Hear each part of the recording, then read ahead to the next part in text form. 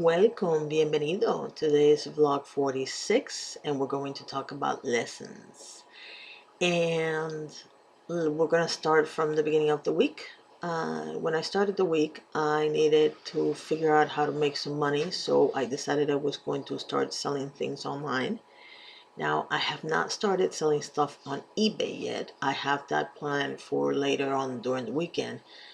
But during the week, I started posting things online in the Facebook Marketplace, Letgo, OfferUp, Nextdoor, some websites. I did not go Craigslist because I'm a little afraid of Craigslist, and eBay because it's a little bit more complicated as far as the product descriptions and whatnot.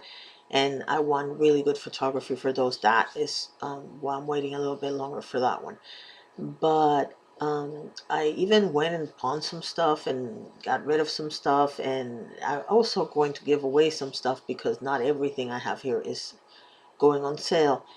I am trying to downsize, which means that there's a lot of stuff here that has to go. There's a lot of stuff that I have to go through before I can just let it go.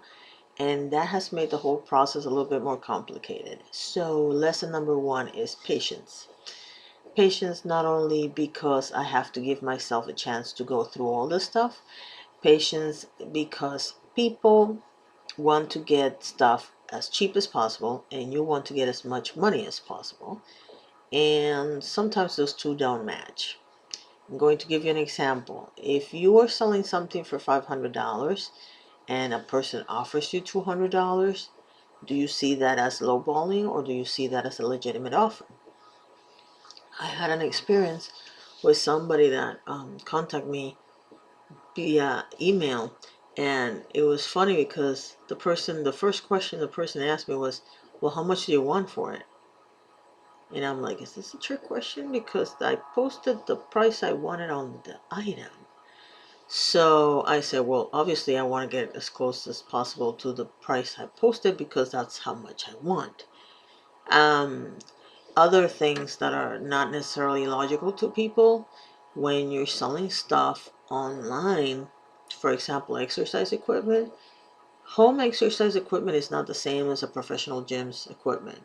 For example, if you're selling an exercise bike at home, that exercise bike doesn't, it might look like the one at the gym, but it doesn't necessarily perform the same as the one at the gym. And sometimes people don't have that in mind when they're shopping. And and let's be honest, if you're paying $50 in a membership or $20 in a membership a month, that means you're paying $240 a year to go to a membership, to a gym, if you're paying $20 a month. Now think about this for a second.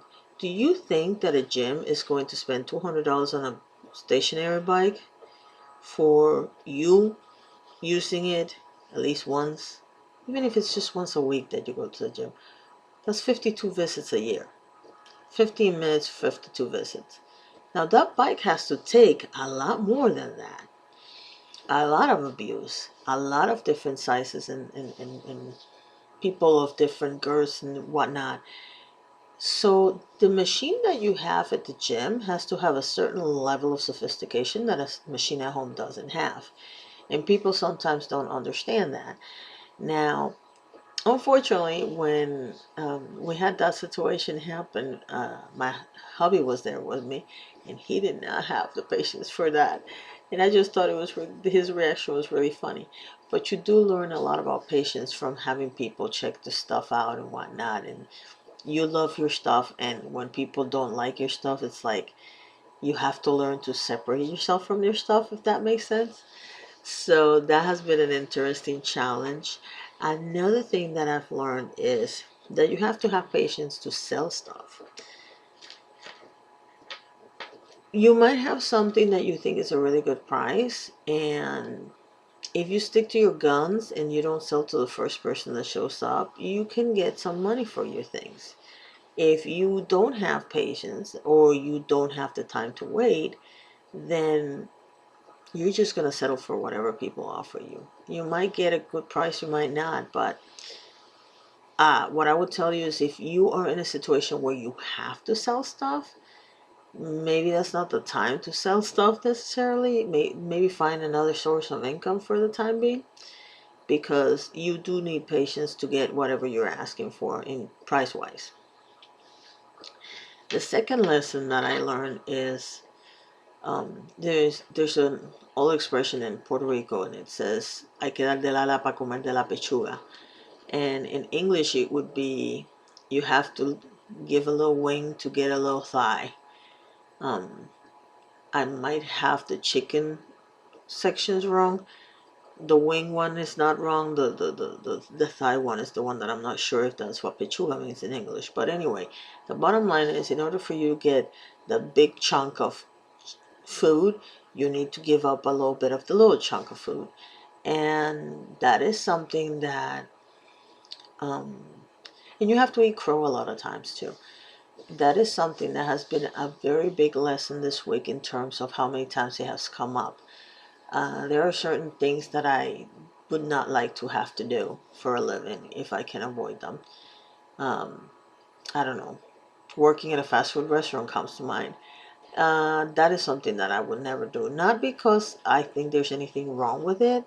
I just think, and I realize that has changed a little bit in the last few years. But to me, a fast food job is something for a high school student or a college student to do, to make some money to go to college, or to make some money to have their goodies and help their family out. And so I don't think that's a job for somebody my age, for a 50-year-old to be doing. Now, having said that, I can also tell you that there are times when even jobs that you don't really care to do are the jobs that you are going to have to do in order to make ends meet or survive or get funding for what you want. About I want to say 5 years ago, a little over 5 years ago, I was in a situation where we were a little short on cash. And what I decided to do was to go and clean apartments for a living. And I didn't last long. I only had one client, and we did his apartment once, and then it so happens that I got called for a job, so I didn't have to do that again. I don't like cleaning. I hate cleaning. I do it here because I have to, because if I don't clean, then or we don't clean, it's going to be a very dirty apartment. But I'm not a fan of cleaning. So actually going to somebody else's house to clean, and I realized that, well, at least you're getting paid, but you know what? It didn't matter. I just don't like cleaning. I hate it with a passion. But sometimes you do have to do things that you don't really care about, and I'm not talking about illegal things. I'm talking about legal things like cleaning somebody's apartment. One of the things I have always said that I would never do is clean bathrooms, because I just hate cleaning bathrooms. And of course, you have gloves on so you don't touch anything and whatnot. But it's just something, I don't know. There's something about bathrooms that really creeps me out. And I've been fortunate enough that during my entire marriage, I've had a husband that used to work in the military, so he is really good at doing bathrooms. I'm not that great at bathrooms. I don't know how my mom let me get away with it, because my mom was a stickler for a really clean bathroom, and I don't know how I got away with it for so many years. But sure enough, I did not do a very good job with bathrooms, and I still don't. I mean, they're clean, and I can tell you that I can do a mean toilet. I can clean a toilet like nobody's business. But then when it goes to the shower, I I I don't know. Maybe it's because my expectation of a clean shower is like spotless, and that rarely ever happens, especially in this day and age where we're living in, where you get mold even if you look at the bathroom wrong. So it's a little different than it used to be. And if you're wondering what I'm doing, I'm trying to take this mess out. I have some jewelry here that I have to um, that I'm going to sell. So but first I have to untangle them. And doing something like this makes me a little less nervous about being on video with you. But the thing about it is, there is a lot of things that you might not like to do, but you do, because I mean, you have to put food on the table. you have to make sure that, in my case, there's several reasons why we need money. We obviously want to pay the bills. We want to be able to eat, and we also want to be able to enjoy some goodies. But in my case specifically, I want to build a business. And today, for example, I'm filming a video for a crowdsourcing site because I'm going to start crowdsourcing for that particular project. I did a crowdsourcing for a book. The book is almost finished, and I was able to crowdsource for that. Now I'm going to crowdsource for the not a website, but the business that we're trying to create. And that takes time and energy, and that is something that some of the money that we're getting from the stuff that we're selling is precisely, hey, I got it, I got one out, the business that we're trying to make. See? Oh, it has a tangle. Oh well. Oh no, it's not a tangle, it's missing something. So I guess I have to take this off.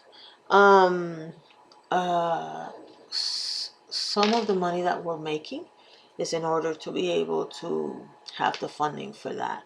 But I need a lot more. I mean, I could sell everything in my house and I would not have enough funding for starting this venture that we want to start. So that is something that you have to keep in mind when you are doing things and when you're trying to get funds for something. There are things that you're going to have to do. There are places that you're going to have to go. There are things that, sometimes you're going to have to be nice and do things that you never thought you were going to have to do again because you've gotten to a certain age and you figure, well, I don't have to do this anymore. And yet, it turns out you do. So, yep, I got the other one. This one is a 3-layer. One of them doesn't want to come out, but see? So my advice to you when it comes to all of this is this. How much do you want whatever it is that you want? In my case, I really want to create a resource for people that are Alzheimer's caregivers because I had a lot of struggles because I live in a state that doesn't charge state tax, which is Florida. And based on that excuse, they don't give a lot of funding for people that are in the situation that we were in last year. I don't want anybody else to go through what I went through last year, to be honest with you. My mom was diagnosed with Alzheimer's, and I am the main caregiver for my mom. And when you don't have an income because you have to stay home 24/7, there's several things that happen, and I mentioned this in another video. Number one, you don't have an income, and when you're a two-house income, and all of a sudden you lose one of the incomes, you start relying on credit cards and lots of other things that you shouldn't rely on to make ends meet, and eventually that catches up with you. Number two, this is, by the way, that's why if you go to Alzheimer's or Association website, you're going to see a video, and it tells you that most of the time caregivers go into bankruptcy.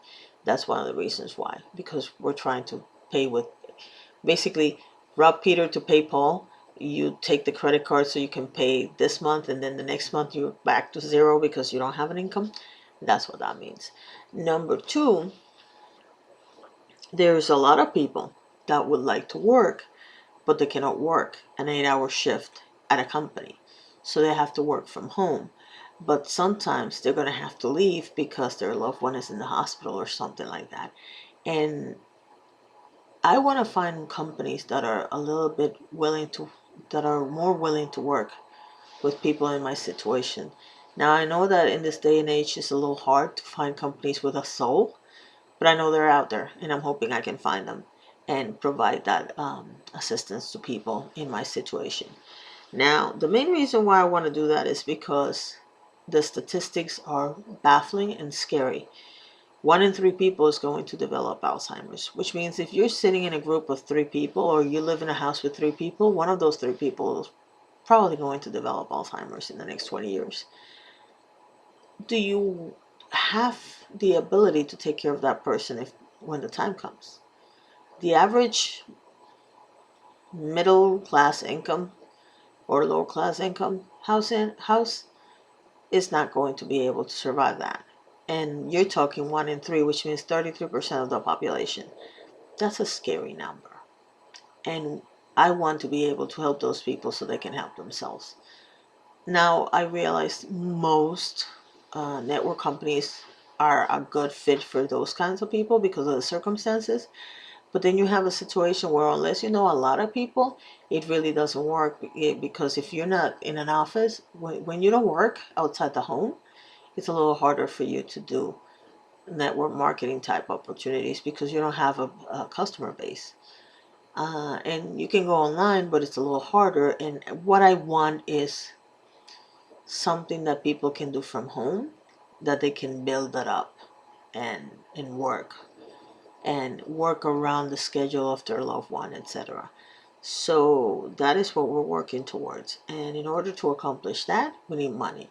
And in order to get money, I need to get my ducks in a row and keep selling what I'm selling. I have even changed my mind about finding a job, and I have started doing the job search process. And some of the applications I fill out are for jobs that I said I would never do, and that's okay, so long as it's legal and I get paid in real cash. I don't have to put my dream on hold to be able to do everything that I need to do. So those are the lessons that I've learned this week. I don't know how you're doing. Hopefully you're doing better than me. But what I would tell you as a person sitting on this side of the camera is be patient for many reasons. Be as open to people as you possibly can and let them know what's going on. And don't forget your goal or your dream. If you keep moving towards it, even if it's a little bit at a time, it's not a dream, it's a goal. And you can make it happen. So good luck to you, and thank you very much for watching.